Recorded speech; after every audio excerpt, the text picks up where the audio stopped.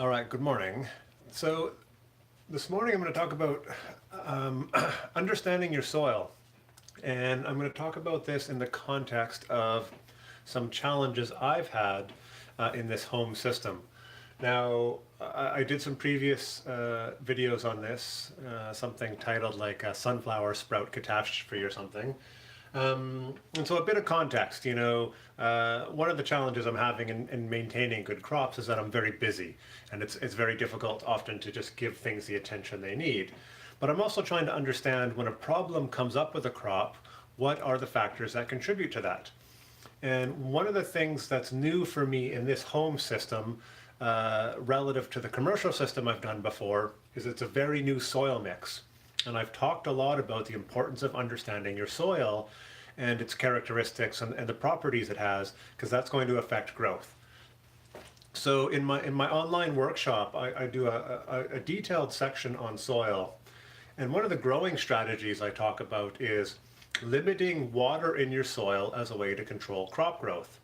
So if you have a crop cycle of say 8 days and you get a warmer time period than expected and don't adjust your growing cycle, then maybe that cycle becomes 7 days, but you need to harvest on day 8.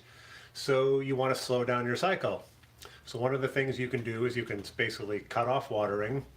The plant, and especially sunflower, will actually wilt, and then you can give water in order to bring that plant back to life. So I'm sharing this. So this is not a fine looking crop at all. So I did a crop about 2 weeks ago. It had some mold on it. I did do a spray of hydrogen peroxide. It did help control it, but it didn't really recover. And I left it and I neglected it, and the tray all kind of looked like this actually. It was all really quite dead. And so I put it in the tray of water. I gave it some, I let it soak for a bit, and the stuff that was really, really strongly wilted came back to life. Now these have been growing for about 2, almost 3 weeks probably. I've been away, and so this sat here. And so this sat in my apartment for 9 days without water, and these things are still alive. And so for me, this is a new experience, because if I was to go even 3 days with the previous soil I had, there's no way that these could still be alive. So this is telling me something about this soil's ability to hold water. Now I was talking before that some of the peat products you buy will have a wetting agent added to them, and it helps hold on to water better. And I'm guessing that that's one of the characteristics of the soil that our previous soil didn't have. So you can tell how much water is in a tray by just lifting it up and feeling it. I can feel it's very light, and I can also see like a gap around the edges. So as the soil dries out, it shrinks, and then you end up getting, you can see some spacing there. So for me to come home after being away for 8 days and to see this still alive is really giving me some very good information about this soil. So previously I had adjusted the soil. I added a bit of vermiculite to lighten it up. I'm going to play with that a bit more. I may do a vermiculite perlite mix to really, really lighten it up and take a look at some of those different soil components and to better understand how they hold water differently. So this just comes back to people are often trying to troubleshoot. Why is this happening? Why is that happening? You see a lot of conversation on forums. You see a lot of suggestions.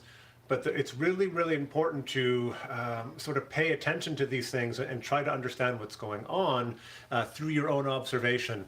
Posting a question to a forum is a great way to get insight, but there's all this information that we on the other end don't have.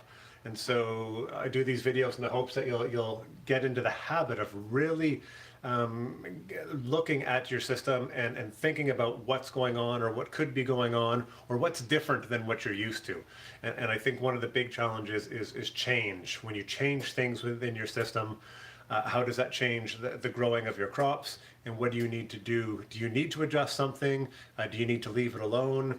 I've talked before that sometimes things just correct themselves, and it's a little bit complicated why that happens, but the reality is that it does. So sometimes the solution is just be patient and things will go back. And other times you definitely need to take action. And one of my sort of sayings is, if you're not sure what to do, do something anyway. And I wasn't sure what to do with my soil, so I had some pre-made, I dried it out, I added some vermiculite, I tried a few things. So these are just things to keep in mind. And understanding your soil is important because it does. Different soils will give you different growth. And so if you're switching from one soil to another, you may find there's differences, and you need to understand the characteristics of your new soil to basically hone your new growing practices, because it could be quite different. So that's just a little bit of insight into soil. I'm going to do some more work with this crop with some vermiculite and perlite as well, and I'll be posting those videos soon.